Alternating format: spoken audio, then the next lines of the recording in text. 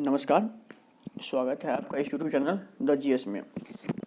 तो आज हम पॉलिटी सेक्शन को आगे बढ़ाएंगे और आज हम प्रीएम्बल ऑफ इंडिया को पढ़ेंगे। प्रीएम्बल ऑफ इंडिया के पढ़ने से पहले आपको हम ये बता दें कि ये जो बुक है ये पॉलिटी का एक महत्वपूर्ण बुक है और आपको मौका मिले या टाइम मिले तो आप इसे पढ़ सकते हैं। बहुत इंटरेस्टिंग बुक है। तो चलिए अब हम बिना देर किए हुए सेशन को अब स्टार्ट करते हैं और हम पढ़ेंगे प्रीएम्बल ऑफ इंडिया। प्रीएम्बल का मतलब क्या है? प्रीएम्बल का हिंदी होता है उद्देशिका।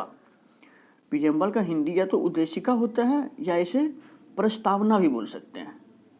उद्देशिका बोले या प्रस्तावना बोलिए। प्रस्तावना का मतलब होता है परिचय पत्र।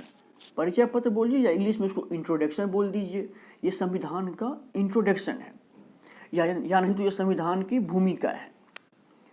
इसमें जो है संविधान में क्या क्या लिखा गया है, पूरे संविधान में उसका एक सूक्ष्म रूप प्रस्तावना में लिखा गया है। यानी कि यह कह सकते हैं कि इसमें संविधान का सार छुपा होता है। प्रीएम्बल का मात्र मतलब इतना होता है। और अब हम ये जानेंगे कि संविधान में जो प्रीएम्बल है ये लिया कहाँ से गया है। क्योंकि आपकी जानकारी में होगा जब हमारे संविधान विशेषज्ञ संविधान को बना रहे थे तो उसमें विभिन्न देशों से कुछ पार्ट, जैसे कुछ पार्ट अमेरिका से, कुछ पार्ट यूरोप से, कुछ पार्ट कनाडा से, कुछ पार्ट आयरलैंड से लेकर के संविधान में ऐड किया। तो इसी तरह में प्रीएम्बल को भी ऐड किया जो कि अमेरिका के संविधान से लिया गया। प्रीएम्बल को कहाँ से लिया गया? अमेरिका के संविधान से। लेकिन ध्यान देने वाली बात योग्य ये है कि इसकी जो भाषा है, यानी कि प्रीएम्बल की जो भाषा है वो ऑस्ट्रेलिया से लिया गया। जो वनडे एग्जाम देने वाले लोग हैं वो ध्यान रखिएगा कि इसको अडॉप्ट तो किया गया अमेरिका के संविधान से, लेकिन इसकी जो भाषा है वो लिया गया है ऑस्ट्रेलिया के संविधान से। एक संविधान विशेषज्ञ हैं ए.एन. पालकीवाला।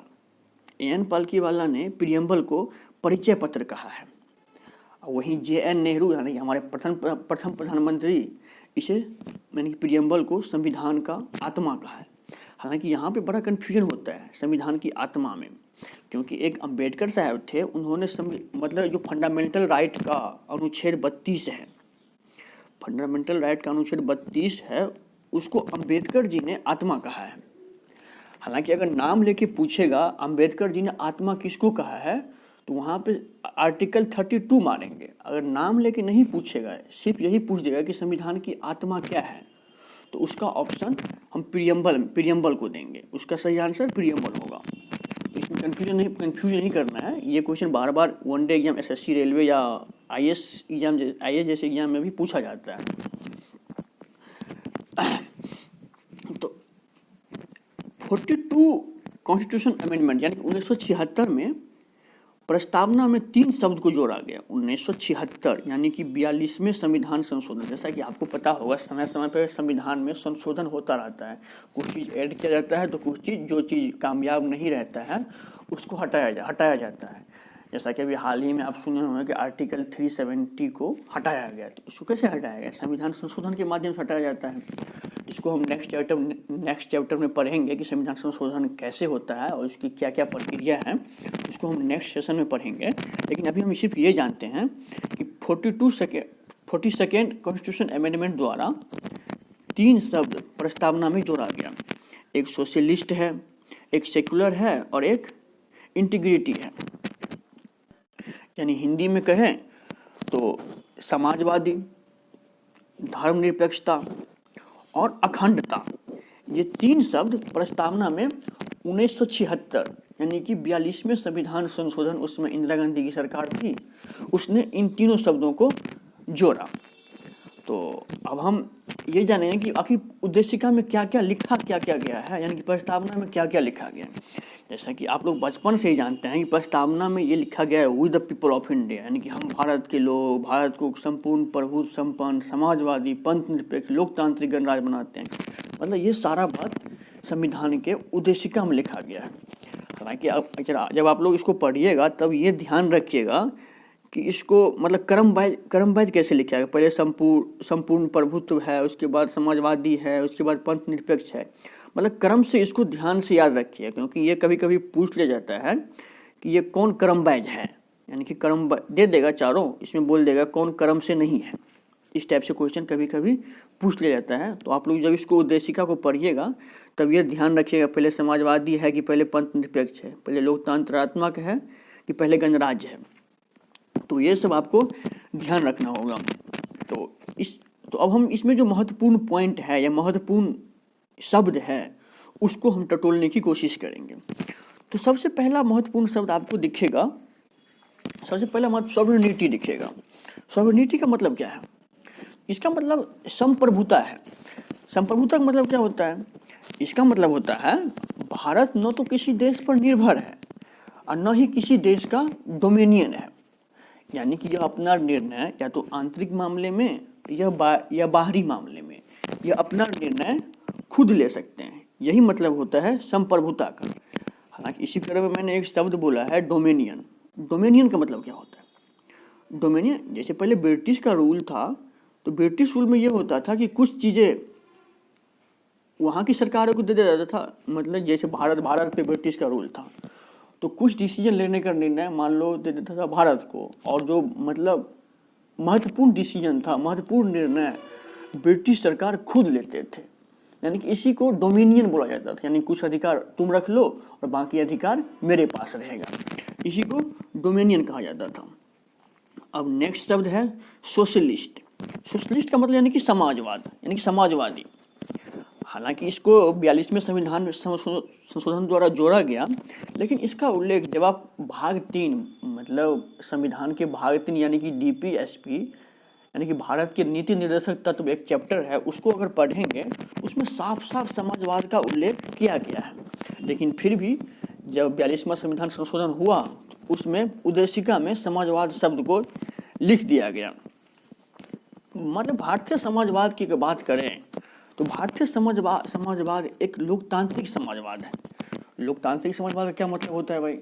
लोकतांत्रिक समाजवाद का मतलब होता है कि यहाँ की जनता को उत्थान के उद्देश्य से कोई भी निर्णय लिया जाता है।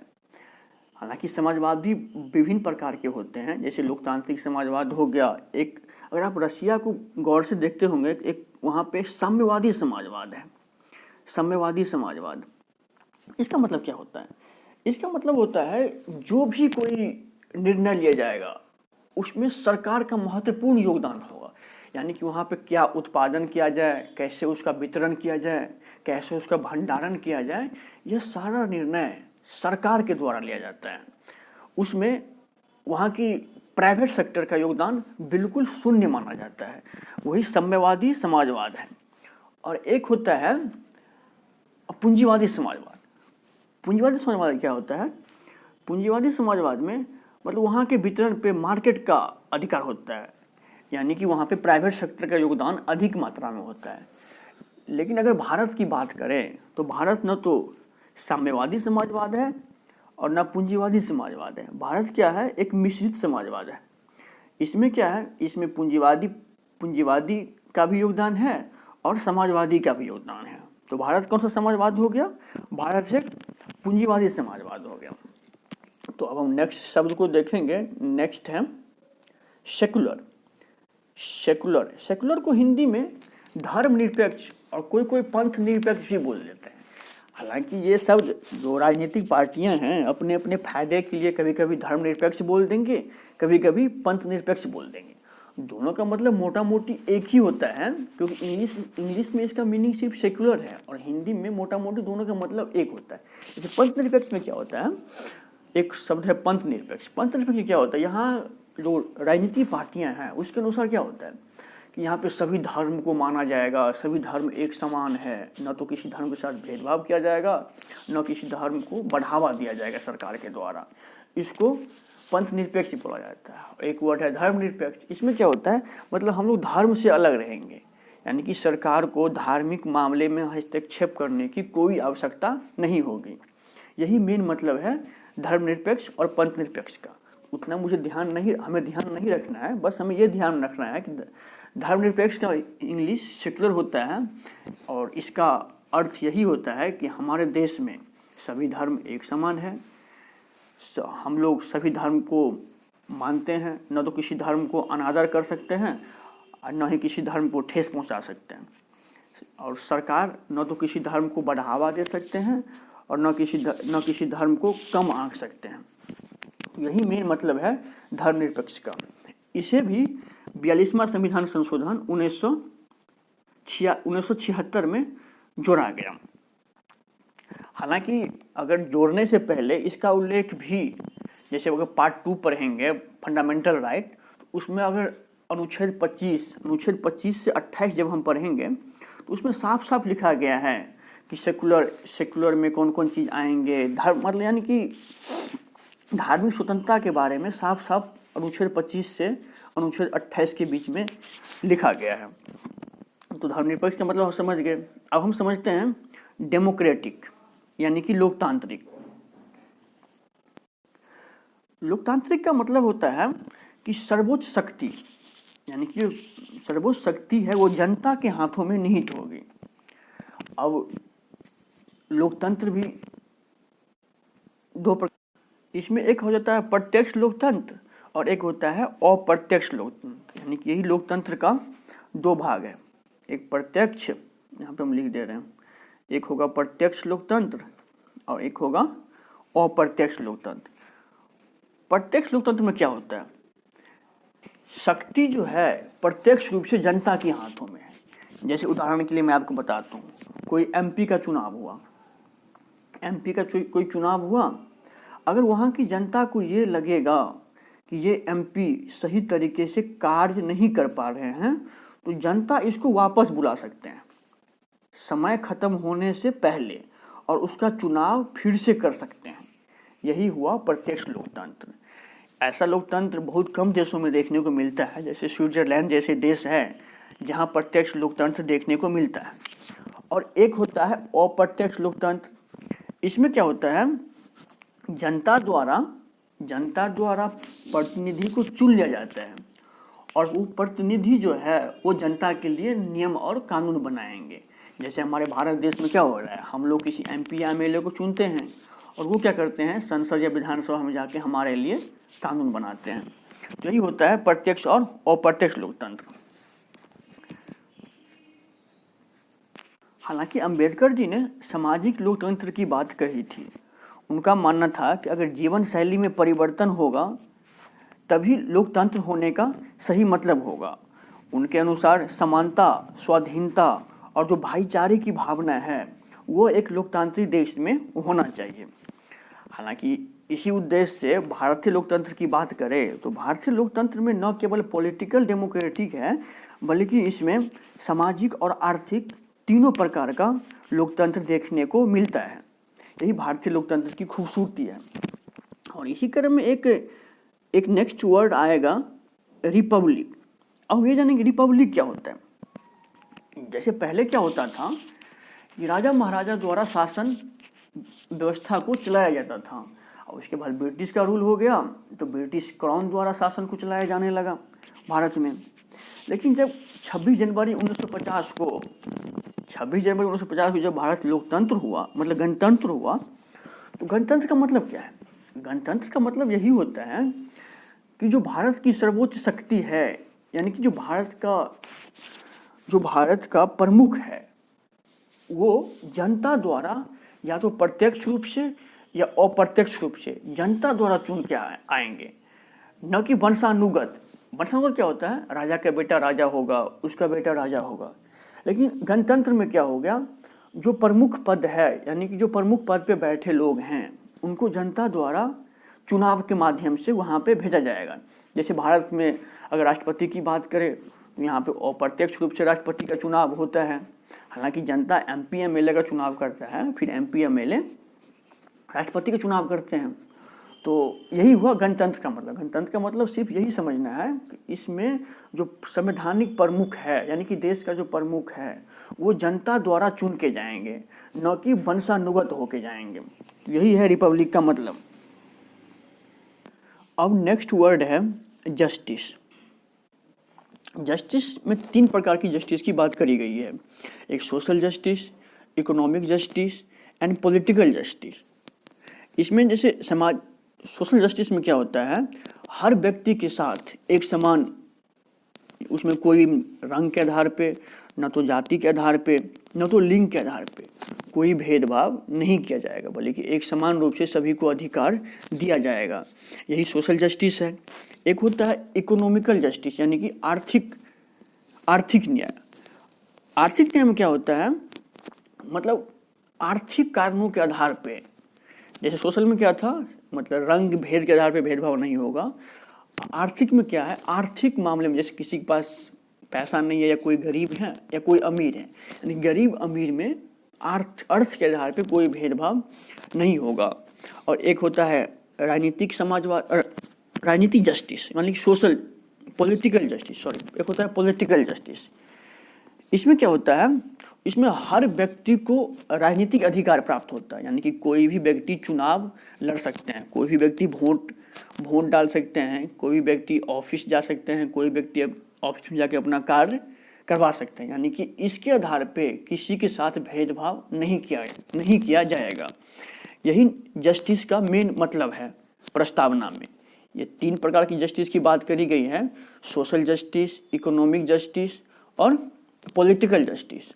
हालांकि ये जब आपको जहाँ तक अगर वर्ल्ड हिस्ट्री आप लोग पढ़ते होंगे तो 1917 में रूसी क्रांति हुई थी। जब रूसी क्रांति हुई थी उसमें सामाजिक, आर्थिक और राजनीतिक न्याय पे ज़्यादा बल दिया गया था। तो भारत प्रस्तावना में ये तीनों शब्द, सोशल जस्टिस, इकोनॉमिक जस्टिस और पॉलिटिकल जस्टिस, इन तीनों शब्दों को रूसी क्रांति से लिया गया है। कभी कभी एग्जाम में पूछ दिया जाता है, यानी कि अक्सर बहुत सारे एग्जाम में पूछा गया है कि सोशल जस्टिस, इकोनॉमिक जस्टिस और पॉलिटिकल जस्टिस कहाँ से लिया गया है। ऑप्शन दे देगा तो उसका सही ऑप्शन होगा रूसी क्रांति से लिया गया है। तो अब हम नेक्स्ट शब्द को देखेंगे। एक शब्द है फ्रीडम, यानी कि स्वतंत्रता। फ्रीडम यानी स्वतंत्रता। स्वतंत्रता में क्या होता है, मतलब कोई भी व्यक्ति कहीं जाने उने का अधिकार होगा उसको, यानी कि उस पर कोई रोक नहीं लगा सकता है।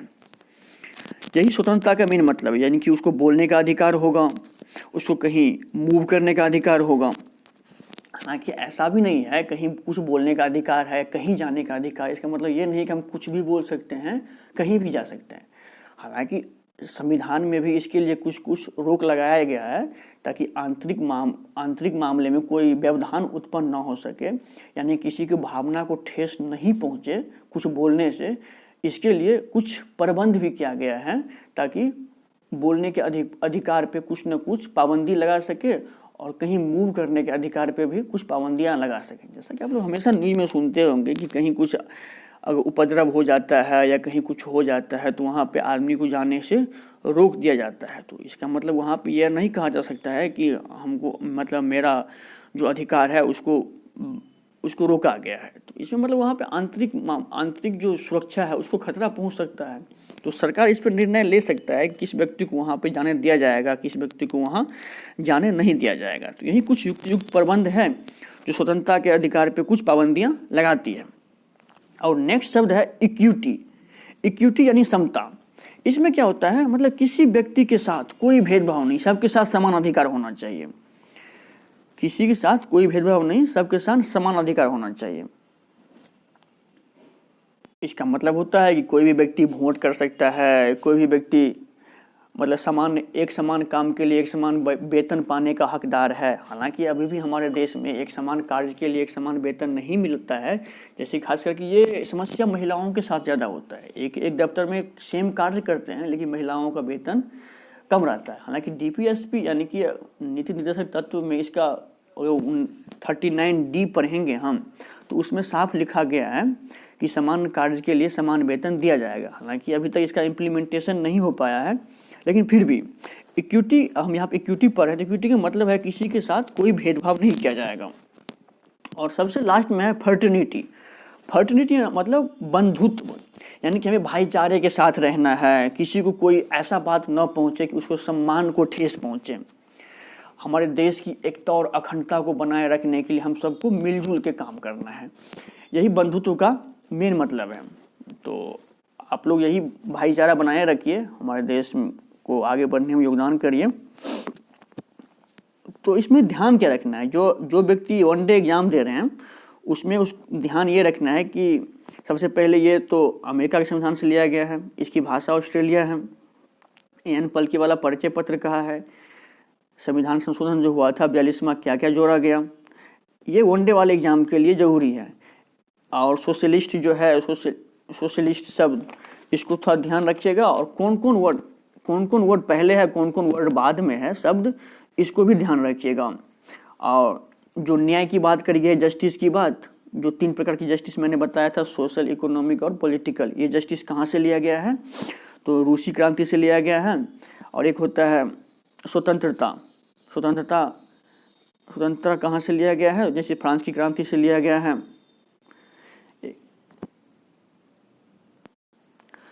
ये सारे बात वनडे एग्जाम वाले के लिए महत्वपूर्ण हो जाता है। तो आशा करता हूँ कि ये वीडियो आपके लिए उपयोगी हुआ होगा। हालांकि ये सेशन थोड़ा लंबा हो गया, तो ठीक है, बस लंबा हुआ, लेकिन ये उपयोगी होगा मेरे ख्याल से। तो तब तो अपना ध्यान रखिए। धन्यवाद।